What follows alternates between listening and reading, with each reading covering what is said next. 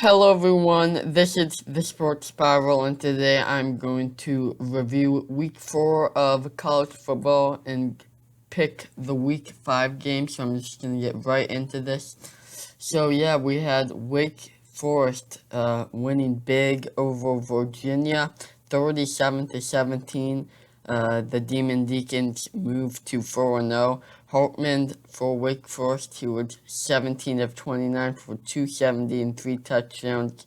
Armstrong for Virginia, 33 of 59 for 407, 2 touchdowns and an interception. So a big win there for Wake Forest, and they were looking pretty good this year. And then moving on to Saturday, we had Alabama winning big over USM. Not going to talk much about that. They didn't have any kind of sleeper game there. They did really well there. So yeah, another big win for Alabama. And then Georgia shattered Vanderbilt.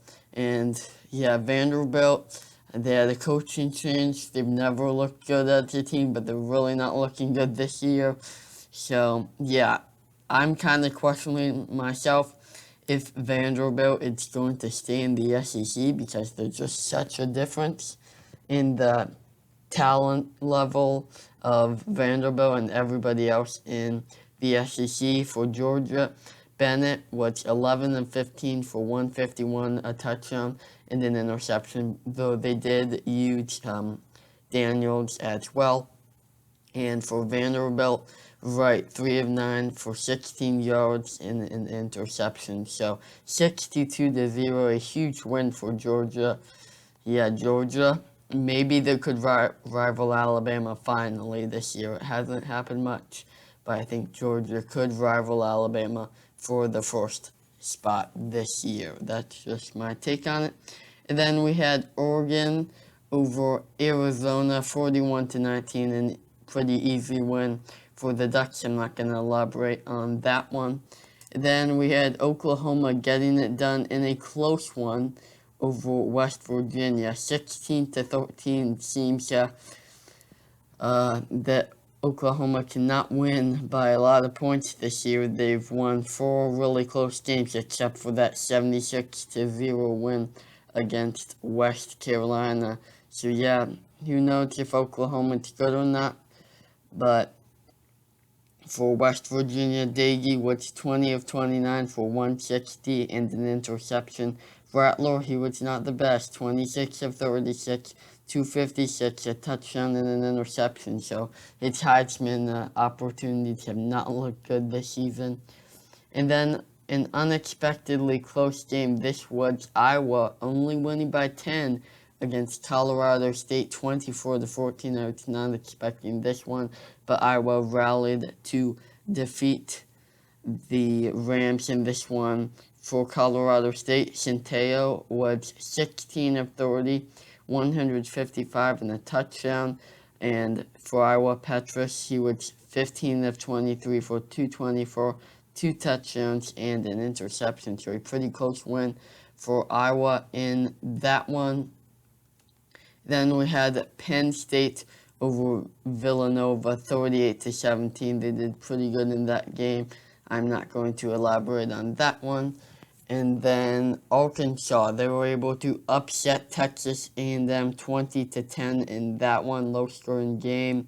Texas A&M without their starting quarterback from the first game, Calzada played. He was not the greatest. He was 20 of 36 for 151 and a touchdown. And then Jefferson for Arkansas, he was 7 of 15 for 212 and 2 touchdowns. So, yeah, he got back on the field late in the game. He was a little injured. But, yeah, it seems like Jefferson will be okay for Arkansas. Arkansas pulled that one off over Texas A&M team that is having a very disappointing season. And then NC State able to pull off the upset over Clemson, 27-21 in 2 overtimes. I guess this was inevitable for Clemson. Their offense was just not playing good. I don't know if Clemson's dynasty is over forever. I think that might be a bit of an overreaction, but it's over for this year. At least no chance they make the playoff now. For Clemson, Uyunglele, he was 12 of 26 for 111, 2 touchdowns and an interception. And then for NC State, Leary, 32 of 44 for 238 and 4 touchdowns. So things are not looking good for Clemson. Yeah, I guess that's what's gonna happen. I will talk about this more in the preview part that's coming in this video, but I think Clemson might actually get better after this game. I think it's gonna be one of those learning opportunity things and all that kind of stuff. We will see though. And then next up, Ohio State was able to beat Tulsa big, 59-7. Not gonna talk much more about that one. And then Florida was able to beat their rival Tennessee pretty good, 38-14. That's Emory Jones. He's showing some better signs here. Got going a little more in that one. And then we had Notre Dame. They were able to blow out Wisconsin with a big final quarter, 41-13. The score there, Notre Dame looked pretty good. Cone looked pretty good, but he was injured in this game. And so, yeah, Cone was 15 of 29 for 158 and a touchdown. Martz was for Wisconsin. He was 18 of 41 for 240, a touchdown, and 4 interceptions. And I know this might be a little cheesy or whatever, but yeah, Cone is the starting quarterback for Notre Dame. The other quarterback that replaced him, his last name is Pine, so we have Pine Cone there. I wonder if that would be a joke throughout college football, but yeah, I was just going to point that one out. And then Baylor, they were able to knock off Iowa State 31-29 in an upset there at Iowa State. They could have had a good year, but they have looked quite bad at this point. So yeah, they get knocked off. And then BYU wins a shockingly close one for South Florida, 35-27, closer than most people expected. And then in overtime, Michigan State got it done versus Nebraska.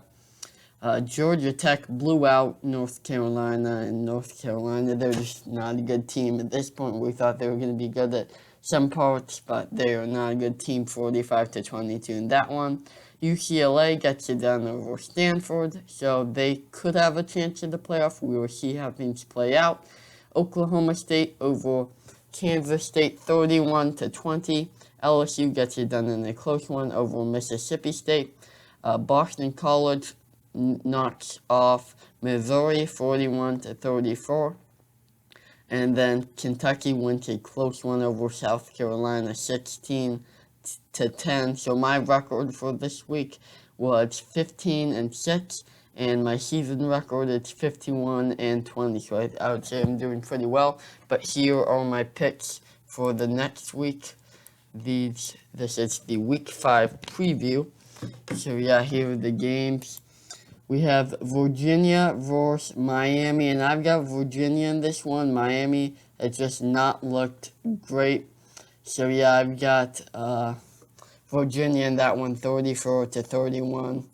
And then Iowa, I think they'll be able to beat Maryland. Might not be too big of a win, but I think Iowa gets it done versus Maryland, 33-17. BYU is going up against Utah State, so I think they will be able to get this one done, 37-24. And then we have what should be maybe a good game, but Georgia has just looked so good this year. I've got them winning pretty big. Versus Arkansas, 34-14. We'll see how the final score plays out. But the top two teams both will have tests in Week 5. And then a classic Big Ten matchup. This is Michigan versus Wisconsin. And I'm going to pick Michigan in this one, 26-23. I just don't think Graham Mertz can get it done. I haven't really seen him get it done since he started. So yeah, I've got Michigan in a close, low-scoring game in that one. Then Missouri, I think they will be able to take that one 33-27, although these teams are quite evenly matched, Missouri and Tennessee. And then we have another good game. This is Cincinnati going against Notre Dame, and I'm going to pick Cincinnati here. I think they finally get done.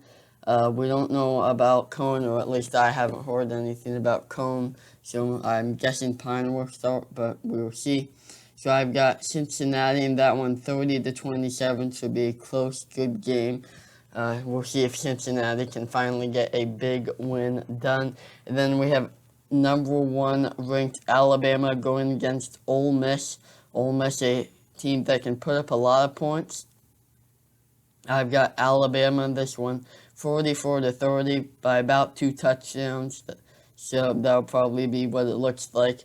Pretty high scoring. I don't think this will be a shootout because Ole Miss's defense has gotten better. I think Alabama's defense has gotten better. So I've got Alabama in that one, 44-30. And then we have Oregon versus Stanford. Oregon needs to watch out for an upset, but I do have Oregon in this one, 38-24. Oklahoma versus Kansas State. Oklahoma will have to watch out for the upset as well. It seems like they've almost lost 4 games or 3 games. They could have easily been 1-3, but they have pulled it off for all their games. So I've got Oklahoma in this one in a close one, 34-24. And then Ohio State, they're going against a much improved Rutgers team a year or 2 ago. Rutgers was really not good, but now they are looking much better. They gave Michigan a bit of a fight last week. So yeah, I've got Ohio State in this one, 41-26. And then Florida going against Kentucky. Florida will need to be on upset alert here going against a Kentucky team that is 4-0.